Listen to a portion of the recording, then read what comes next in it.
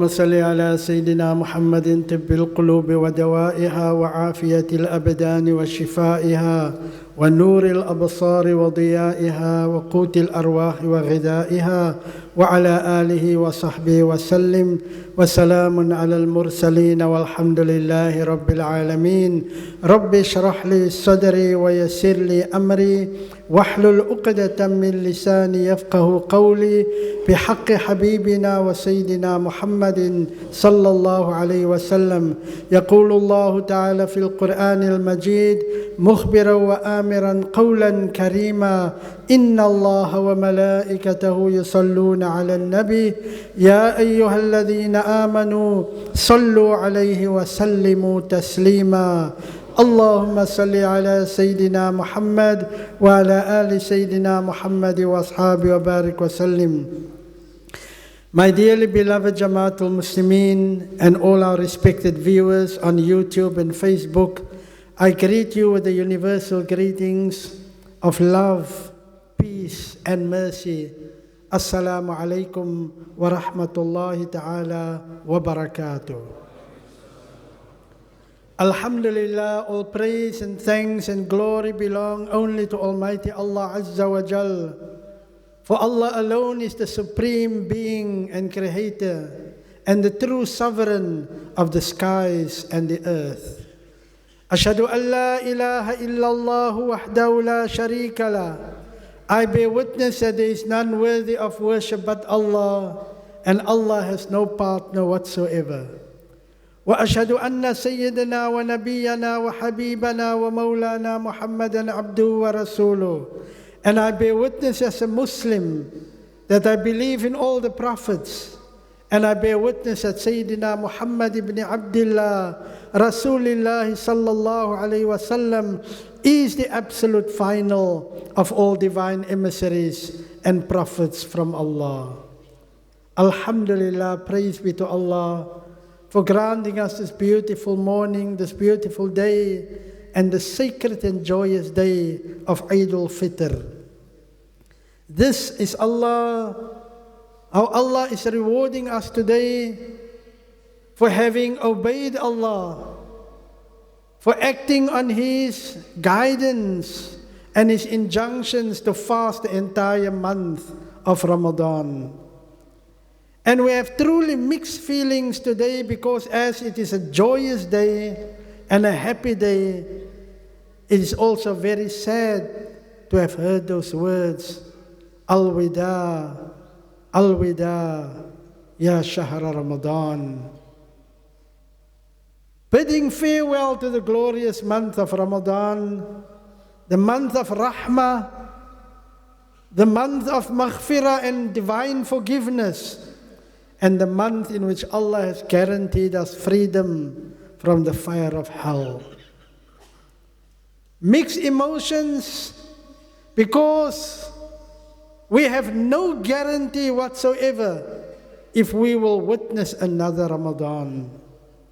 Glad tidings to those who have fasted for the sake of Allah, who have pleasantly endured the hunger pains, the thirst, the tiredness, the sacrifices they made, all with a noble objective and purpose to only gain the pleasure of Almighty Allah, our beloved Creator, the God of love, the God of mercy, and the God of total compassion. This is a day of Eid, in which Almighty Allah subhanahu wa ta'ala places His special divine focus. His divine majesty is focused today on special people. يَنْظُرُ فِيهِ إِلَى مَنْ تَغَافَلَ عَنْ عُيُوبِ النَّاسِ. That Allah Almighty has a special affection for people who do not concern themselves with the business of other people and the shortcomings of other people and the faults of other people, but rather they are concerned looking deep within themselves, taking personal stock and taking stock how far or how near am I to Almighty God, Allah? As happy as we are, as joyful as we are, let us not live in a fool's paradise, but let us take note of reality around us, that the world is in turmoil. There is no time for nonsensical issues.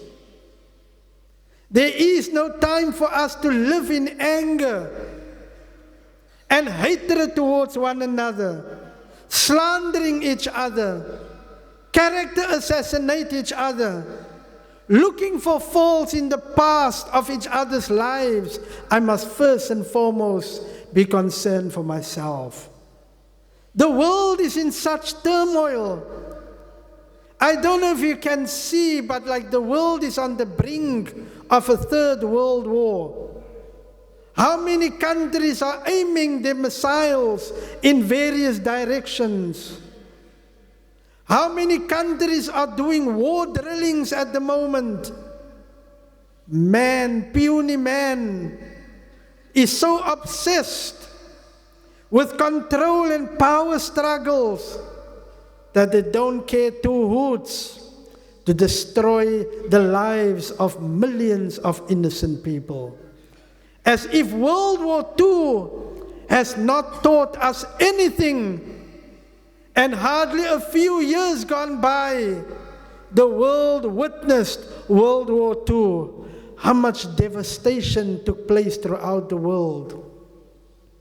In certain parts of the country, of the world, in Hiroshima and those places, people still suffer from the after effects of nuclear and atomic bombs. Yet it doesn't open the minds, the hearts, and the eyes of humanity at large. We are still ready to kill. We are still ready to plunder. We are still ever ready to destroy instead of building up a better humanity, building up a better society and community, building families that there can be peace and social harmony in our communities and societies. And therefore it is so appropriate, and I translate what I'm going to say from the mimbar, that because those who don't understand Arabic, you will get exactly the message or some of the message that will be said in Arabic from the mimbar. Do not be too concerned of other people's faults and shortcomings. Let us look deep within ourselves, take stock of ourselves, and see how and what is the level of my shortcomings. يَعِزُّ فِيهِ مَنْ طَهَرَ قَلْبَهُ مِنَ الْحِقْدِ وَالْحَسَدِ وَتَأَدَّبَ بِأَدَبِ الْإِسْلَامِ. And Allah's special gaze and look of mercy is on those people who are purifying their hearts. Cleanse your inner being. Cleanse your thoughts towards others. Cleanse your hearts from jealousy, from envy, from hasad, and every negative quality which destroy not only your spiritual heart, but if your spiritual heart is destroyed, it will definitely have an effect on your physical heart and your physical well-being. وَتَأَدَّبْ بِأَدَبِ الْإِسْلَامِ. And characterize yourself and adorn yourself with the adab and the ethics and the beautiful character of Islam. فَلَيْسَ الْعِيدُ لِمَنْ تَمَتَّعَ بِالشَّهَوَاتِ. Remember, O Ummah of Islam, that this beautiful and sacred day of Eid is not meant for those who strut around only to satisfy their personal passions, their low desires, their vanity, their ego.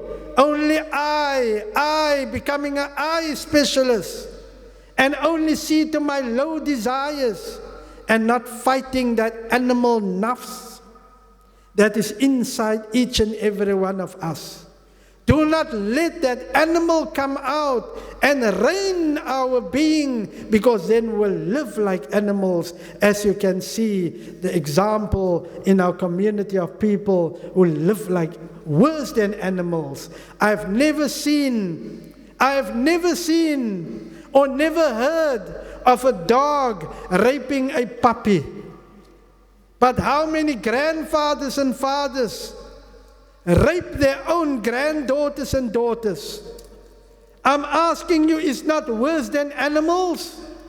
If animals don't stoop to that level, where does man find himself? Man who's supposed to be Allah's vicegerent, man who has been endowed with the faculty of intelligence, man who's supposed to be the supervisor of Allah subhanahu wa ta'ala on earth over the rest of creation. Nor is it for those man labisa thawb al-jadid, who strut around and think that this day of Eid is all about wearing brand clothes and new clothes. Yes, Eid is a day for us to wear our best clothing, our cleanest clothing, looking decent, but not with the intention of boasting and outdoing others. Outdoing others and showing others that I can dress better than you. So there's no place in Islam or in the heart of a Muslim for any level of vanity whatsoever. ليس العيد لمن عق والديه فحرم الرضا في هذا اليوم المبارك السعيد. This day, and I want to stress on this point, made very clear that don't think even if you have the best clothing, driving in the latest model of car, living in the most affluent area, thinking that you have done this so wonderful, you stood up for tahajjud, you make dua, you give so much sadaqah to everyone. But the people that deserves your love the most, your two beloved parents, you abandon them. It is not for those people who abandon their parents, who leave their parents in the lurch. And I want to tell you in no uncertain terms that I don't refer to issues of 1,000 years ago, nor 100 years ago. I speak directly to my community with burning issues in our very community that we as imams are sitting with. I'm ashamed to look at that young man and that young woman, son and daughter, who think nothing of your elderly mother and father.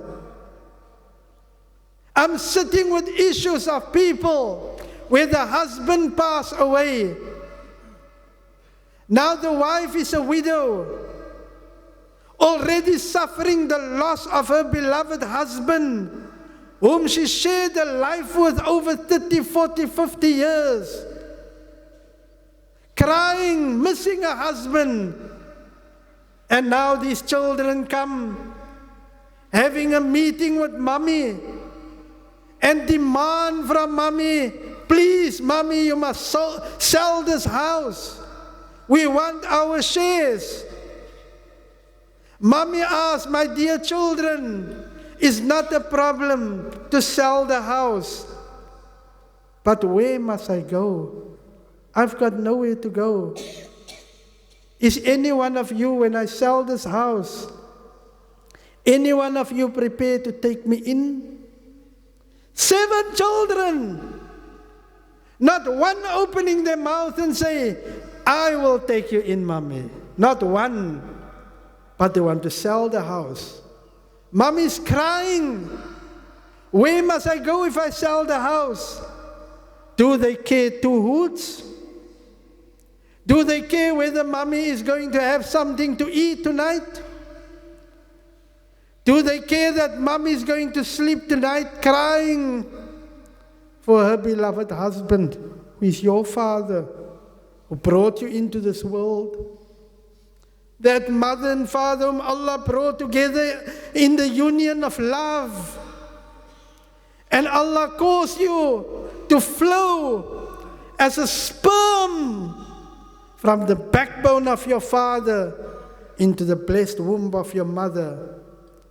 Allah sent the angels, the malaika, the farishtas, inside the wombs of your beloved mother, do wonderful, miraculous working there, blowing the ruh inside your tiny little developing body, inside the womb of your mother, and you gave the first kick, which your mother felt with great happiness. Bringing you into this world, feeding you, nurturing you, nourishing you, educating you, molding you into the wonderful human being that you are today. Is this your way of saying thank you, mommy, thank you, daddy? Was mommy and daddy not there when you stood up and you took your first steps?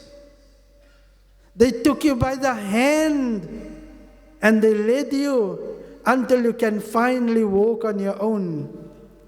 Today, how many mothers and fathers are taking their last steps and we are not there to hold their hands?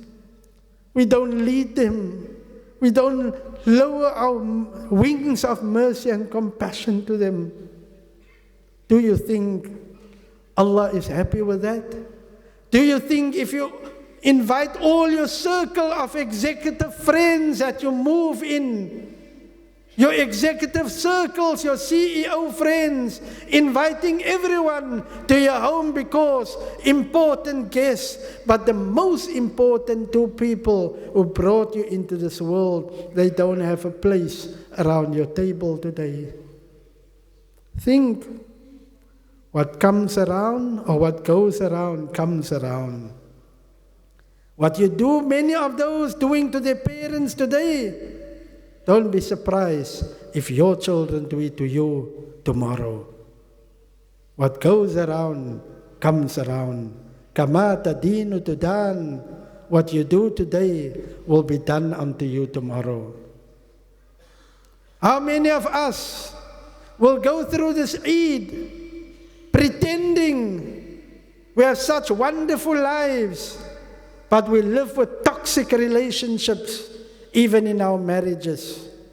Today, there's no better day than today to look your partner in the face. Look at your wife in the face. Look her in the eyes and sit her down and make suluh. Make reconciliation. As husbands, we do many things wrong, but we are only human beings. And likewise, as wives, you do many things wrong, but you're only a human being. This is the day that we can reach out to one another. Reach out, ask maaf, and give maaf to one another. I want to share with you in conclusion, because I don't want to talk too long today. We talked the entire month of Ramadan. I want to leave you with a short, sweet message that we can implement and also take home to our families. I want to share with you a beautiful incident. You know, mostly as husbands, before we leave the home, sometimes a wife will always ask, darling, what can I cook for you tonight? Isn't it? Come on, guys, don't look like you don't understand what I'm saying. Or you don't call her darling. Or sweetheart, or sugar, or honey. But never tell a cow, pass me the milk, you're looking for trouble. So you find that sometimes our wife will ask, darling, what can I cook for you tonight? Then we'll say, make chicken curry and roti, or make this, or make that. We have our preferences. And this particular couple, beautiful incident, narrated by an imam, he say that this morning the wife asked the husband, what can I cook for you tonight? And the husband had a special dish in mind which needed to be fried and eaten warm. So he said, this is what I want. I don't know if it was fish fricadelle or something, I'm not too sure, but something nice. So, half an hour before the husband came home, it was nearly Maghrib time, the wife was busy with the dish that the husband wanted. And she's frying because the husband is coming home any minute now. And while she's busy, she had about 3 more delicacies to fry. She heard the adhan for Maghrib.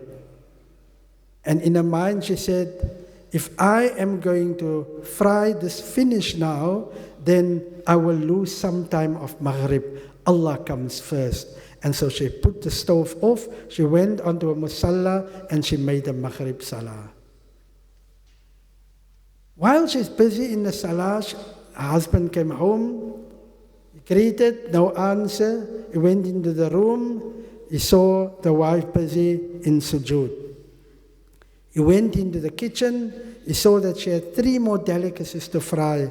And you know sometimes how irritable husbands can be. I know, I'm also a husband.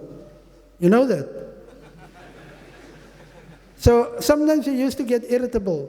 So out of irritation, the husband said, she could have fried this finish and I could have eaten sooner. And he finished his business, and after a while he see, but the wife is still not back in the kitchen. He went into the room, and he sees she's still in sajda. She's still in sujood. And then he went close and he just touched her like that, and the body fell down, tipped over. And he realized that his wife died in sujood. Now what I'm wanting us to take note of, if this lady had to carry on frying, she would have met her end in the kitchen. But Allah chose her to give her this husnul khatimah, this good end by dying in sujood, because she was a person who never ever put anything aside for her salah. She was always on time with her salah. And this is the lesson that we must learn. Allah first. Ramadan has brought us into the spiritual mode. It is for us now to nurture it and to keep it alive, inshallah. This beautiful spirit of taqwa that we have built up, keep it alive. Treasure your wife. Treasure your husband. Treasure your children. Treasure your parents. Treasure your brothers and sisters and your family members. You don't know how long we have each other. None of us have the guarantee that we'll even see the sunset this evening.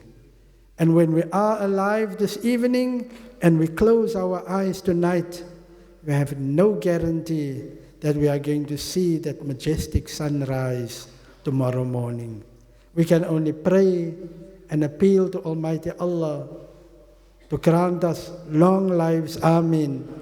But not long lives that are useless and spent in vanity, but long lives in the obedience of Allah.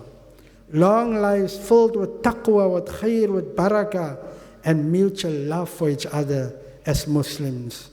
And as today when you go around to your families and your friends, do not say an empty slamat or Eid Mubarak just by mouth, but let it come from the core of your being, from the very depth of your heart. Let that smile that's on the face not be a hypocritical smile, but a smile that comes from the heart, that my brother, I truly love you for the sake of Allah. My sister, I truly love you for the sake of Allah. Go to your parents. If your parents are alive, go to your parents. First and foremost, before anyone else, go to your parents and kiss your mother. Kiss your father's hands. Kiss your father's forehead. Even if I must kiss my mother's feet, I will do it, because my Jannah is under her feet. And the Nabi said the best door through which you can enter into Jannah is through your father. Treasure your mother and father. Go to them, ask your mother and father, even if you sit here today and you are 50 years old, 60 years old, 70 years old, and you are still fortunate to have your mother and father alive, they still look at you as that baby they brought into this world. What better dua for a mother or a father to place their hand on your head and to make dua for you. If your parents have passed on and you know where the grave is, put some time aside, go to the kubus and go make a special dua. It is Allah's order in the Quran that we must pray and make dua for our parents. My and your parents and every parent only deserves the highest of Jannatul Firdaus. May Allah grant us forgiveness. May Allah have mercy on us. And may Allah subhanahu wa ta'ala grant us to see many, many more Ramadans to come, inshallah. And all of you must have a wonderful Eid. To my dear friend, Shaykh Muhammad Murad sitting here, as well as to my Ustad, Shaykh Shahid Iso, I think sitting there at the back, and many of the ulama present. MashaAllah, may Allah bless you all. The ulama are doing sterling work in the community. May Allah subhanahu wa ta'ala bless you. May Allah subhanahu wa ta'ala also always keep His wing of mercy and protection over our ulama and over all of us. Ameen ya Rabbal Alameen.